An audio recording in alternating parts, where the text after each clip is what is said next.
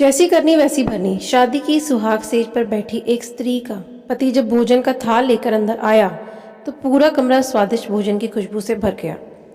रोमांचित स्त्री ने अपने पति से निवेदन किया कि माँ जी को भी यहीं बुला लेते हैं, हम तीनों साथ बैठकर भोजन करेंगे। पति ने कहा, छोड़ो उन्हें, वह खाकर सो गई होंगी, आओ हम साथ में भोजन करते हैं प्यार से। पुनः अपने पति से कहा कि नहीं, मैंने उन्हें खाते हुए नहीं देखा है। तो पति ने जवाब दिया कि क्यों तुम जिद कर रही हो, शादी के कार्यों से थक गई होंगी इसलिए सो गई होंगी, नींद टूटेगी तो खुद भोजन कर लेंगी, तुम आओ हम प्यार से खाना खाते हैं। पति ने तुरंत तलाक लेने का फैसला कर लिया और तलाक लेकर उसने दूसरी शादी कर ली और इधर उसके पहले पति ने भी दूसरी शादी कर ली। दोनों अलग अलग सुखी घर गृहस्थी बसाकर खुशी खुशी रहने लगे। इधर उस स्त्री के 2 बच्चे हुए जो बहुत ही सुशील और आज्ञाकारी थे। जब वह स्त्री 30 वर्ष की हुई तो वह बेटों को बोली, मैं चारों धाम की यात्रा करना चाहती हूँ ताकि तुम्हारे सुखमय जीवन के लिए प्रार्थना कर सकूं। बेटे तुरंत अपनी माँ को लेकर चारों धाम की यात्रा पर निकल गए। एक जगह तीनों माँ बेटे भोजन के लिए रुके और बेटे भोजन परोसकर माँ से खाने की विनती करने लगे।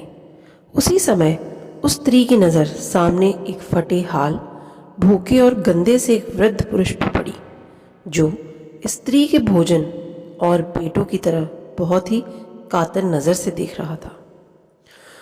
उस स्त्री को उस पर दया आ गई और बेटों को बोली, जाओ पहले उस वृद्ध को नहलाओ और उसे वस्त्र दे, फिर हम सब मिलकर भोजन करेंगे। बेटे जब उस वृद्ध को नहलाकर कपड़े पहनाकर उसे उस स्त्री के सामने लाए तो वह स्त्री आश्चर्यचकित रह गई। वह वृद्ध वही था जिससे उसने शादी की सुहागरात को ही तलाक ले लिया था।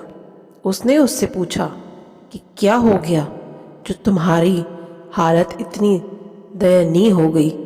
तो उस वृद्ध ने नज़र झुका के कहा कि सब कुछ होते ही मेरे बच्चे मुझे भोजन नहीं देते थे, मेरा तिरस्कार करते थे, मुझे घर से बाहर निकाल दिया। उस स्त्री ने उस वृद्ध से कहा कि इसी बात का अंदाज़ा तो मुझे तुम्हारे साथ सुहागरात को ही लग गया था, जब तुम पहले अपनी बूढ़ी माँ को भोजन कराने के बजाय उस स्वादिष्ट भोजन की थाल को लेकर मेरे कमरे में आ गए और मेरे बार बार कहने के बावजूद भी आपने अपनी माँ का तिरस्कार किया। उसी का फल आप आज भोग रहे हैं। जैसा व्यवहार हम अपने बुजुर्गों के साथ करेंगे, उसी को देखकर हमारे बच्चे में भी यह गुण आता है कि शायद यही परंपरा होती हो। सदैव माँ बाप की सेवा ही हमारा दायित्व बनता है।